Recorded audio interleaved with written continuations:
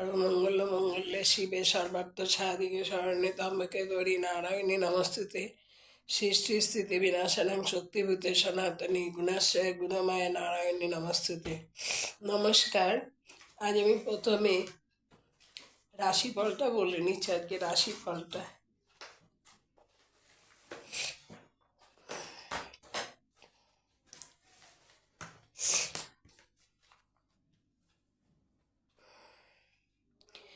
আজ 29শে সেপ্টেম্বর 2025, 12ই আশ্বিন 1432 সোমবার। মেষ সার্বিক শুভ।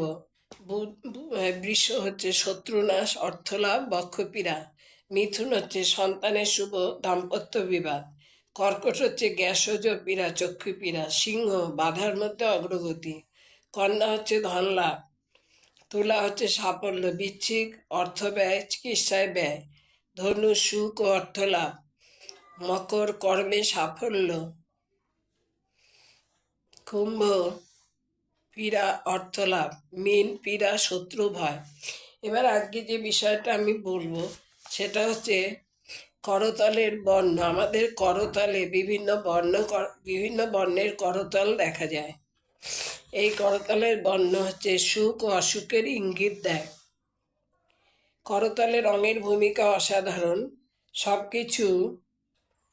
সবকিছু সম্মানময় থাকলেও করতলে তা পরিলক্ষিত না হলে জাতকের ঈপ্সিত লক্ষ্যে পৌঁছানো প্রায় অসম্ভব। করতল প্রধানত অতি রক্তাভ বা গোলাপি আভাযুক্ত, সাদা আভাযুক্ত, অনেকে সাদা করতল হয়, হলদে আভাযুক্ত এবং নীল বা বেগুনি আভাযুক্ত দেখা যায়।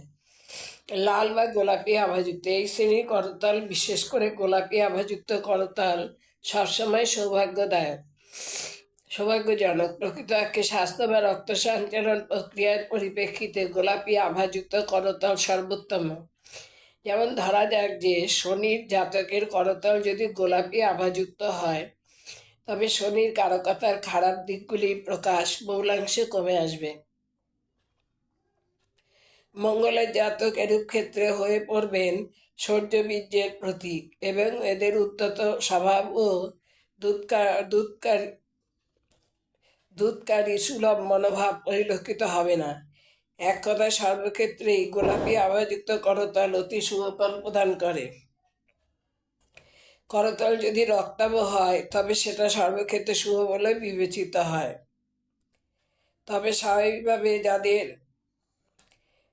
যাদের কম তাদের ক্ষেত্রে এটা সৌভাগ্যজনক। শনি এবং চন্দ্রের জাতকদের এই বর্ণ একটু কম হয়। রক্তের পরিমাণ ও লোহিত কণিকার পরিমাণ এদের কম হয়। বৃহস্পতি জাতকের ক্ষেত্রে বেশি সাদা আভাযুক্ত করতল মোটেই শুভ নয়। এইরূপ বিশেষ করে স্বাস্থ্যের পরিপ্রেক্ষিতে এরূপ ক্ষেত্রে বৃহস্পতি জাতক খুব বেশি পরিমাণে ব্যয়, আমোদ প্রমোদ, ভোগ লিপ্সা ও পানাহারে লিপ্ত হয়ে পড়বেন।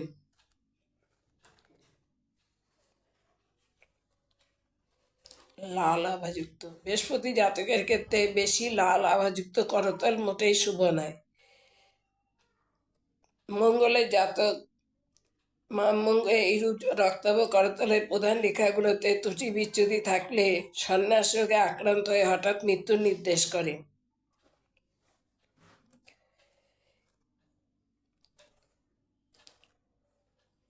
এছাড়া যকৃৎ বা হজম সংক্রান্ত বিষয়ে খারাপ ফল প্রদায় বৃহস্পতি জাতকের ক্ষেত্রে। লাল আভাযুক্ত করতল মোটেই শুভ নয়। এদের হঠাৎ সন্ন্যাস রোগে মৃত্যু এবং যকৃৎ ও হজম সংক্রান্ত বিষয়ে খারাপ ফল প্রদায়ী। পক্ষান্তরে মঙ্গলের জাতক হয়ে পড়বেন অতিমাত্রায় দুর্বার। এটা ধমনী বা শিরা সংক্রান্ত অচলতার নির্দেশক হবে। নিজের অক্ষমতার বাইরে ঝুঁকিবহুল কাজে এরূপ জাতক যে কোনো সময় বিপদে পড়তে পারেন। শুক্রের জাতকের ক্ষেত্রে অতি লাল আভাযুক্ত করতল অনেক সময় প্রচণ্ড যৌন লিপ্সার দরুন স্বাস্থ্যহানি সূচক হয়ে দাঁড়ায়। বুধের জাতকের লাল আভাযুক্ত করতল অতি শুভ ফল প্রদায়ী।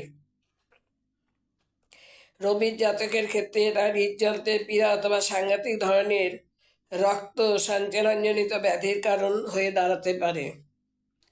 সাদা রং একমাত্র চন্দ্রের জাতকের করতলে যদি সাদা আভা থাকে তবে সেটা খুব একটা দর্শনীয় বলে পরিগণিত হবে না। এছাড়া সাদা রং সর্বক্ষেত্রে অশুভ। বৃহস্পতি জাতকের ক্ষেত্রে এটা নির্দেশ করবে কিছুটা আত্মকেন্দ্রিক স্বেচ্ছাচারী মনোভাব। আদর্শের দিক দিয়ে তিনি হবেন বিচ্যুত। শনি জাতকের ক্ষেত্রে সাধারণত খারাপ দিকগুলির বেশি প্রতিফলন দেখা দেবে। মঙ্গলে জাতক হয়ে পড়বেন অত্যন্ত ঝগড়াটে, অত্যন্ত প্ররোচনামূলক অভিসন্ধির মারফত নিজের ভোগ সুখ ও লালসা নিবৃত্তির চেষ্টা করবেন। রবির জাতকের দীপ্তি এরূপ ক্ষেত্রে বহুলাংশে কম হবে। শুক্রের জাতক হবেন অন্তর্মুখী অথবা বিকৃত রুচি সম্পন্ন। চন্দ্রের জাতকের ক্ষেত্রে প্রচণ্ড রক্তাল্পতা, ভগ্ন স্বাস্থ্য ও অধৈর্য মানসিকতা নির্দেশক। সাদা আভাযুক্ত করতল হলে এইগুলো হবে। এরপর হচ্ছে হলদে রং। হলদেটে বর্ণযুক্ত করতল সাধারণত বেশি দেখতে পাওয়া যায় শনির ও বুধের জাতকের ক্ষেত্রে। প্রকৃত অর্থে সামান্য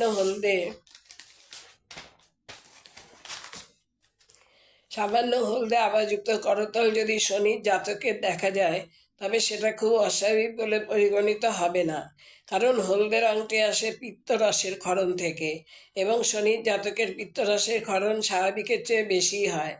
বুধের জাতকের ক্ষেত্রে সময় বিশেষে পিত্তরসের ক্ষরণ সাময়িকভাবে দেখা দিতে পারে, তবে খুব বেশি হলদে রং অবশ্য শুভ বলে বিবেচিত হয় না। অন্যান্য গ্রহের প্রভাবের অধীন জাতকদের ক্ষেত্রে হলদে রং ভালো ফল দেবে না। এরূপ ক্ষেত্রে সাধারণত গ্রহদের কারকতার বদ গুণগুলোই বেশি করে প্রতিহত হবে। মঙ্গলে জাতকের করতলে যদি বেশি হলদে আভা পরিলক্ষিত হয়, তবে জাতক হয়ে পড়বেন অত্যন্ত তস্কর প্রকৃতির। দুর্বৃত্ত পরায়ণতা, ক্রূরতা তার মধ্যে পরিলক্ষিত হবে।